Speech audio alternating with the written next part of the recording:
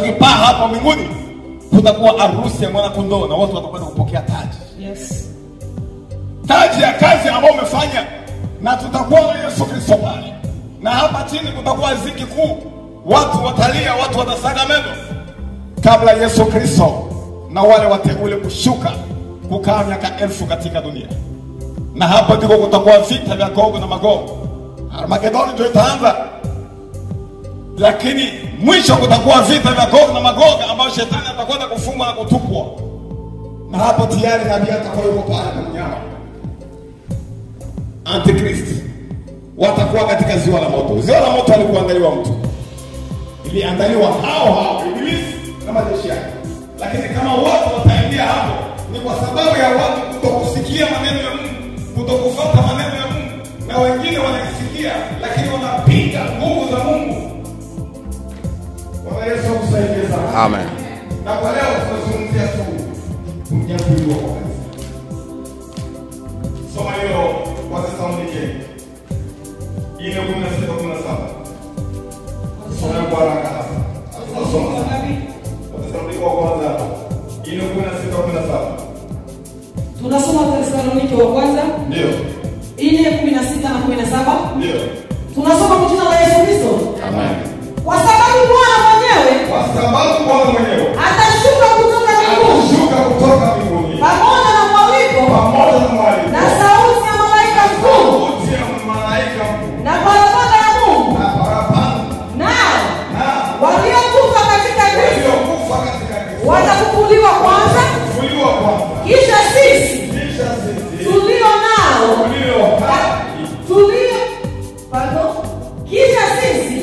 tulio hai tuliosalia tutanyakuliwa pamoja nao katika mawingu ili tulaki Bwana hewani, na hivyo tutakuwa pamoja na Bwana milele.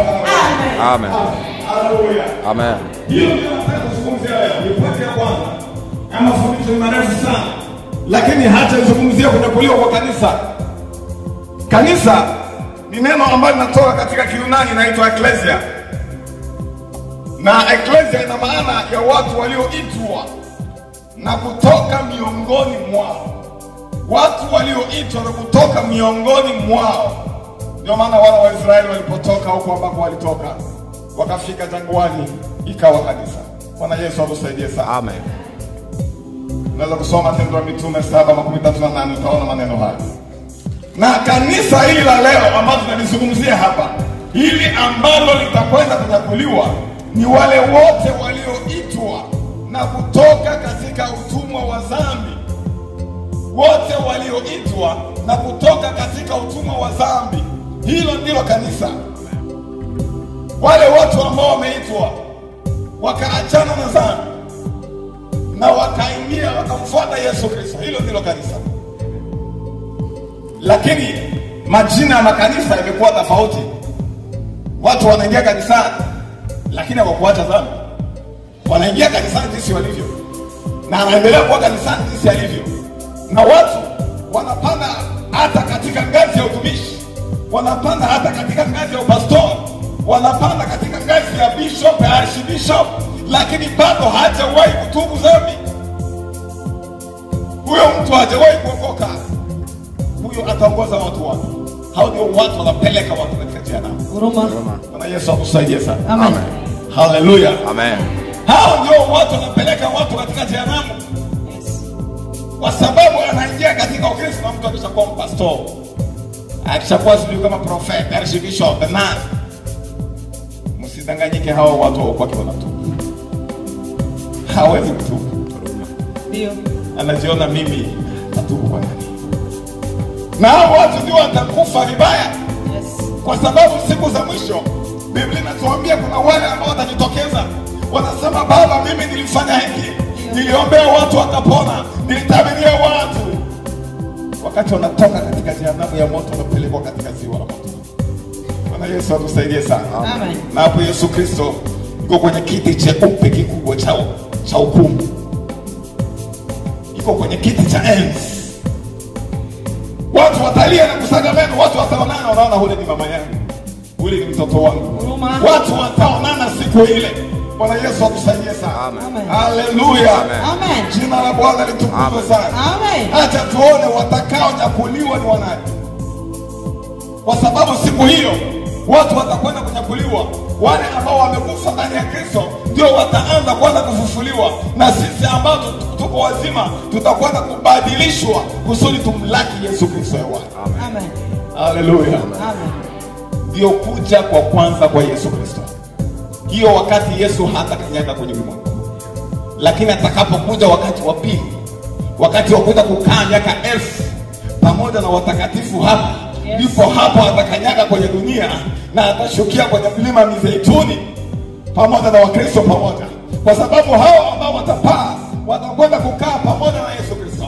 Watu watapokea taji ya kazi ambao wamefanya katika dunia. Kile ambacho umefanya kitafatana na wewe mpaka siku ile unapokea taji na unakaa pamoja na Kristo. Haleluya. Amen. Hapo ndipo kutakuwa harusi ya mwana kondoo. Harusi ya mwana kondoo pamoja na Kristo. Yes. Na Biblia inasema, ukisoma katika Ufunuo ile 15 mstari wa 3 na 4 na 4, Biblia inasema tutapaa mbinguni tukiimba wimbo wa Musa na wimbo wa mwana kondoo. Haleluya. Amen. Je, utakuwepo? Nani mtakuwepo siku hiyo? Pandisha mkono. Haleluya. Amen. Najua mtu akipandisha mkono na roho yako inakuambia, Ndio. hiki ambacho tunafanya haustahili. Ndio unakuta watu mmoja anataka kupandisha, shusha. Anataka kupandisha, shusha. Anataka roho kile ambacho kiko ndani kinamwambia wewe haustahili, hautakuwepo, kwa sababu temwe wa mtu ni mtu mwenyewe. Kila mtu anajijua mwenyewe. Usitikisi mimi na kujua. Wewe na Mungu wako anakujua, na shetani anakujua. Anajua wewe ni Mkristo wako. Amen. Bwana Yesu akusaidie sana. Amen. Mambo ambayo yanafanyika. Acha tuone watakaonyakuliwa ni wanani. Wa kwanza ni wale walioziungama dhambi zao na kuziacha. Mithali 28:13. Andaa hapo. Wale walioziungama dhambi zao na kuziacha. Kitu cha kwanza hicho. Je, umeungama? Kuna watu walikuja kanisani lakini hawakuungama. Nilishukuru sana. Hiyo ushuhuda hapa imenijenga sana. Shuhuda dada yangu za wao, dada yangu. Yuko pale, dada Mado yuko pale. Hiyo ushuhuda imenijenga sana. Naona ni kitu kikubwa. Soma hiyo verse. Soma Mithali 28 mstari wa 13. 28 Na mstari wa 13. na mstari wa 13. Ndio. Tunasoma jina la Yesu Kristo. Afichaye dhambi zake, hatafanikiwa. Bali yeye aziungama na kuziacha atapata rehema. Amen. Amen. Haleluya. Lakini wanaficha dhambi. Watu wanaficha dhambi. Unaingia kanisani na kuna mambo ambayo unaweza kufikiria labda haukukosea, kama hiyo ambayo dada yangu ametubu hapa, amesema hapa. Watu wengi walifanya mambo kama hayo, lakini yeye alipata neema. Haleluya. Amen. Yeye alipata neema. Roho Mtakatifu kumzungumzia hiki ambacho alikifanya. Lazima